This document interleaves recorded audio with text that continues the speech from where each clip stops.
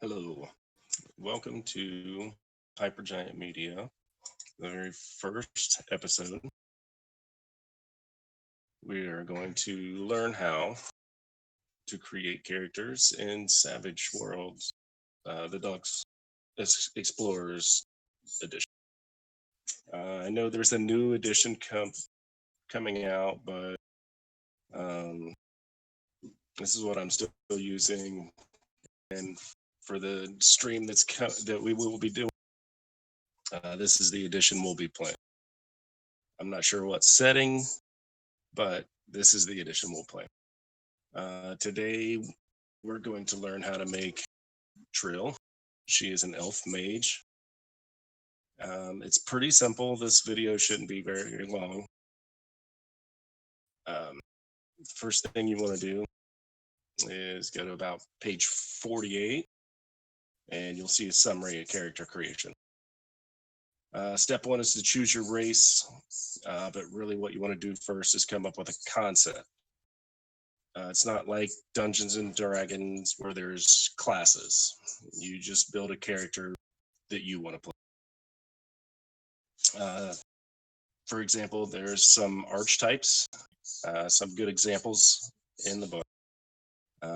There's a driver, a face, fighter, investigator, mage, marksman, pilot, pirate. You can see this spans many genres. Today we're going to do something similar to this mage.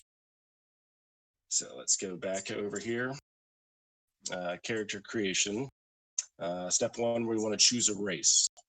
So depending on what setting you play, there might be different races than this. As you can see, there's an android, and there's dwarves and elves, half elf. There's other races through this core rulebook. Like I said, depending on what setting you play, you might create your own race. The setting book might have races, but today we're going to do this elf. So you notice the elves have 3 different traits for them. They're agile. That means they start with a D6 and agility instead of a D4. I'll explain that in just a sec. They have the all thumbs hindrance. They have a dislike for anything mechanical. And they also have low light.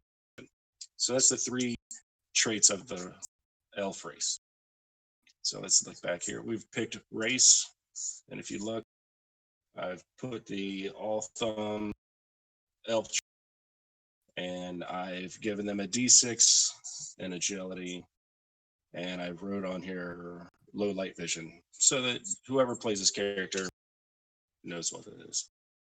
So let's look again. What's next? Next, we want to do our traits. So your hero starts out with a D4 in each attribute, and then you have 5 points to spend to raise those attributes. Each die type costs 1 point, as you can see right there. All right, so what we did was, excuse me, in Savage World, instead of a number for your traits, your agility, your smarts, spirit, strength, and vigor, you have a die. And so whenever you have like an agility check, Trill here will roll a D6. The target number is usually 4. So if you roll better than a 4 or better, that's a success. And then there's raises.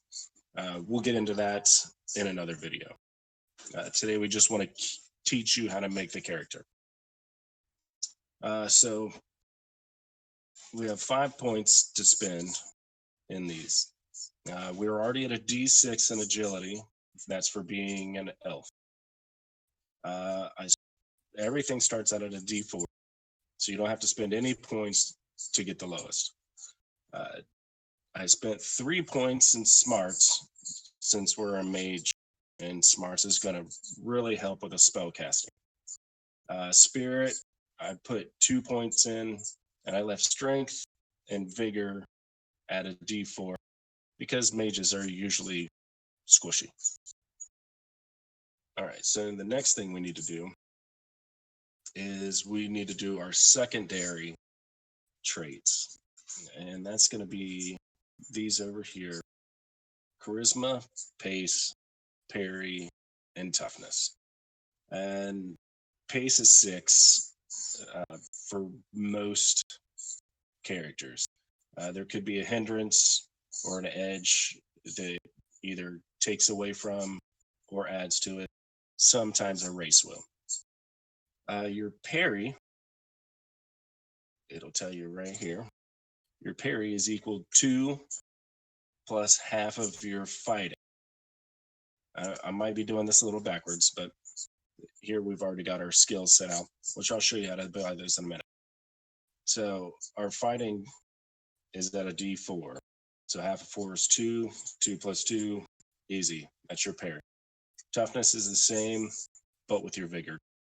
2 plus your half of your vigor. So that's a 4 for toughness. And that's how you don't take damage. You soak it. All right, so we have up here 15 points to spend in our skills. And right here is a list of skills and the attribute that they go with. So over here for our mage, for Trill, we gave her a fighting ability, but at a D4. You know, see, if something gets close to her, she could probably punch it, but not going to be a great fighter. It's a mage after all. Investigation, because she's very smart, so she can look into things, try to decipher anything she might find in the dungeon. Her knowledge, arcana, that's, goes along with her being a mage. She can decipher magical text. It might be able to recall certain things about an item. You know how it works. All right, so notice we also gave her a D8 in, and then spell casting. Now, if you notice over here in the skill list, there is no spell casting. And that comes from her arcane background. Since she took the magic arcane background, it gives her the spell casting, spell casting ability. And we gave her a D10 in that, because that's her main focus. And then hello? All right, sorry, I had a little technical difficulty. So then her writing ability, and that goes along with her horse down here. We'll get to that with the equipment. All right, so next on the list, we have edges and hindrances. Trill came with the all thumbs hindrance. What I like to do is pick my hindrances first and then go back and buy my edges. Because if you notice here, each major hindrance you take gives you 2 points, and a minor hindrance gives you 1 point. You can take 1 major and 2 minor according to the core rules. Some settings may be different. For each 2 points, you can gain another attribute point or choose an edge. For 1 point, you gain another skill point or increase your starting funds by 100%. So you can spend it to get more money. What I chose to do was to spend all 4 of my points on edges. So we come with the all thumbs hindrance from being an elf, and that doesn't give you any points to spend. That you have that for choosing that race. I also took heroic and wanted and cautious as a couple of minors. And there's a list here on page 49. You can see right on top. is the all thumbs, -2 to repair rules. Rule of 1 causes a malfunction. So you don't want me fixing your stuff. There's cautious and heroic on there is a major. I always have to help those in need. These really help flesh out your character and give them their traits, how you should play them, how they should act and interact with the world, or the world should interact with them. That wanted hindrance gives me something I've done. You know, it says criminal of some sort, but maybe the guy that was in charge wasn't such a good guy. I'm still a good guy, but I'm wanted by the bad guy. That doesn't mean that won't be people out there trying to hunt me down. So now we take those points and we're going to spend them in edges.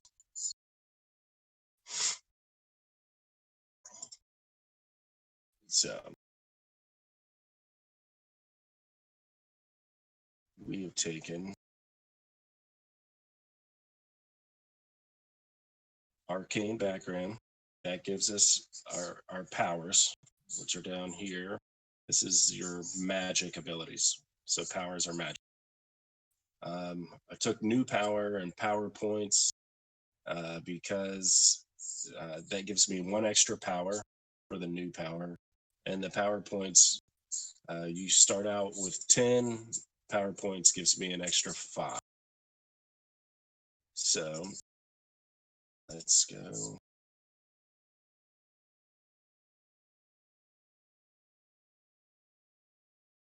Sorry, I wanted to go to powers. Like I said, powers are like magic.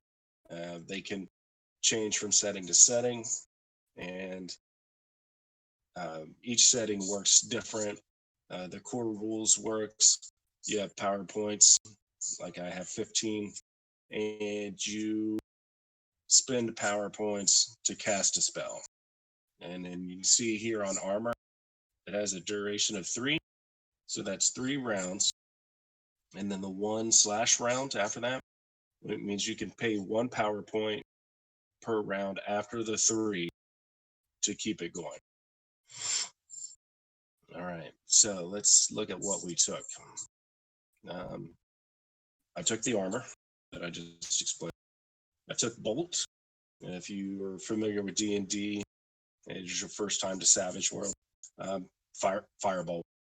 So you can do this at a cost of 1 per missile. That's your range. That's 12, 24, 48 inches. That's on a grid battle map, 1-inch squares. So each inch on the battle map equals 2 yards. That your damage or your effect, so 2d6 per bolt with a max of 3 bolts. And it's instantaneous. Also took detect and conceal arcana. That's your detect magic.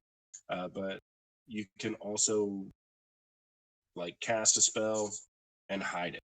So if it's something you're casting for them to trip later, you can conceal it, and then it'll, whatever conditions are set, it will trip. And then I took fear, because it's always a good idea to scare off some enemies. And this is actually a area of effect. You don't just fear one person with this. You have an area, and anything in it becomes fear. They panic, or if it's a wild card, they roll on the fear table to see what happens. Okay, so after that, we are going to get gear. In the core rules, you start with 500 gold, $500, 500 units of some kind, depending on what setting you want to play. Each setting book, like I have Interface 0, it's a cyberpunk setting. You start with 10,000 credits. And So each setting will be a little different. But we just went with the core rules today, 500 gold. Since it's a kind of a fantasy setting, we'll say gold. And so we got some basic equipment, backpack, bedroll, flint and steel, torch, 10 inches of rope, so that's 20 yards, water skin, and I bought my horse and saddle because, of course, I have some riding ability, and you need to get around. After all that, I have 57 gold left. And then, well, after I also bought my 2 weapons, I bought a dagger, which you notice has a range that I can throw. And then I have a staff, and if I'm using my staff, I have to use 2 hands, so I'm probably not casting a spell, and I must be in a lot of trouble. But it has a parry of +1, so it adds to me blocking, and it has a reach of 1, so I can hit somebody a square away. Everything has a weight. I didn't notice the weight carrying capacity here because normally that would be, well, what am I taking with me? I'm not going to take all of this with me. But your carrying capacity is your vigor. It's like ×5, ×10, ×15, and then ×20. And each level of that gives you -1 to, I'm sorry, that was strength times those multipliers. And it gives you a -1 to all of your rolls once you are carrying that limit. And then the ×20 is you're just basically not moving. But that is the basics of how to create a character in Savage World. And stay tuned. We'll be starting a campaign in Savage World. I'm not sure what setting yet, but we will be broadcasting. I'll let you know. Keep an eye on the Twitter. I'll be posting this video on YouTube. Go on and check it out. I'll be posting all the videos on YouTube. They should stay up a little bit on Twitch if you want to see it later. Thanks for stopping in, and I hope to see you when the stream starts, when the game starts. Just keep an ear out. I'll be giving out more news. All right. Thank you.